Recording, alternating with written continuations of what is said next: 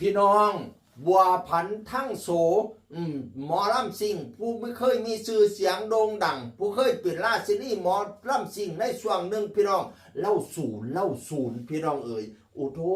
ขันเราได้ศูนย์มาแล้วโน่สนโน่แค่โตแม่ของแท้เด้อนี่เด้อบ่ได้สนบ่ได้แค่ผู้ใดเนื่องจากว่าเราถ่ายคลิปเราเต้นกับผู้เบาหน่อยผู้หนึ่งแล้วก็เต้นลักษณะของเรานั่นละยั่วย้วนตามสไตล์เราตามสไตล์หมอลำซิ่งที่เขาเคยเห็นการแสดงของบัวผันทั้งโสล่ะพี่น้องเอ๋ยเรามีคนเม่นไปด่าเล่าด่าความนั่นความนี่มาเป็นหมอลำผู้ยิ่งทำโตบ่เหมาะสมทุเลศกับปานนั่นเฮ็ดนาเกียรติสิสนันว่านาเกียรติวัดทุเลศบางคนก็ว่าไปห้องอีบัวผันงามสมัยนั้นมาบ้านกูมาเดาเสาไฟ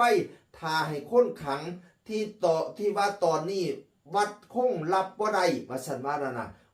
หมอลำงางว่าสันหมอลำหูงางเล่นจนนาเกียรติบ้านกูเอามากกับบ่ให้เข้าวัดแล้วกับบ่ให้ไปจ้างพนาวานั่นน่ะด่าเราตะพึดตะพื้พี่น้องหลังจากเราไปเต้นกับผู้บ่าวผู้น้อยผู้นั้นพี่น้องเอ๋ยแล้วก็มาเขียนโพสแคปชั่นแล้วก็เขียนโพสว่าคอยไปทำลายครอบครัวพวกเจ้าตีมาจองเว้นจองกรรมยังคอยคักแท้อยากกินยังสิใส่บาตรสิญาติน้ำไปหาคอยเต้นกินล้ำกินเลี้ยงลูกคอยจนเลี้ยงจบคอยบ่ได้ไปเบมือขอพวกมันเด็ดพี่น้องว่าสันว่านั่นน่ะบ่ได้เบมือขอผู้ใดดีบัดนี้แล้วศูนย์แล้วก็มาถ่ายคลิปว่าเจ้าดังหูจักคอยน้อยเกินไปคอยเป็นผู้ใดคอยหาอยู่หากินแบบประมาณนั้น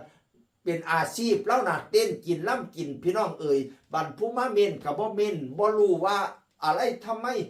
คนที่บัวผันทางโสเต้นด้วยนะเป็นลูกชายของคุณแม่บัวผันเองนะน้องบิ๊กซีกิจกรบิ๊กซีกิจกรลูกไส้ก้นเดียวของบัวผันทั้งโสพี่น้องเอ๋ยซึ่งแต่ก่อนนี่คือตอนก่อนนี่เป็นฮอดนักฟุตบอลผู้นี้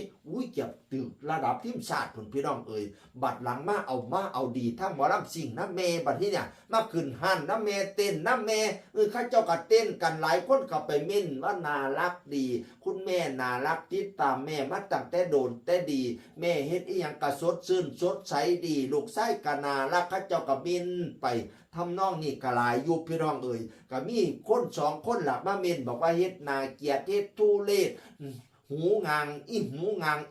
จังชันจังสีแล้วก็เลยศูนย์บัดนี้เนี่ยบัดโธมาว่ากับตะพืชแท้บ่ได้ไปเบนมือขอผู้ใดกินเด้เลี้ยงลูกจนว่าใหญ่จนว่าส่งลูกเรียนจบนี่นะด้วยอาชีพนี่ตัวเพราะว่าบัวผันทางโสตอนเป็นหมอลำซิ่งเนี่ยเล่าดังแบบสไตล์นี่แหละสไตล์เซ็กซี่สไตล์ยั่วเรารุ่นใหม่ๆนี่มาเฮ็ดน้ำกลแล้วหลายดิพี่น้องแต่บ่ดังคือเล่าเท่านั้นละพี่น้องเอ๋ยเราก็เป็นดาวข้างฟ้ามาหลายปีเติบพี่น้องซุมือนี้แล้วก็มีงานพอสมควรได้ไปทั่วหอดต่างประเทศพุ่นเด้อบัวผันทางโสบ่เป็นธรรมดาพี่น้องเอ๋ยตามหัวมันถอยแม่ถือว่าเป็นการสร้างกระแสให้เฮาสร้างกระแสให้ลูกชายพร้อมน้องบิ๊กซี่พร้อมพี่น้องเอ๋ย มันมีขัดธรรมดาชัดโลกเนาะมีคนรักมีคนเกลียดเป็นธรรมดาเป็นของคู่กันมีคนหักกะหลายอยู่คนไปซื้อส้มนอกกะหลายอยู่ว่าเต้นน่ารักดีหยอกลูกชายน่ารักดีนั่นละหลายอันหลายอย่างที่เพิ่นย่องไปก็มีหลายอยู่ดอกอันไหนบ่ดีก็อย่าไปอ่านหัวมันเถอะแม่ปวดประสาท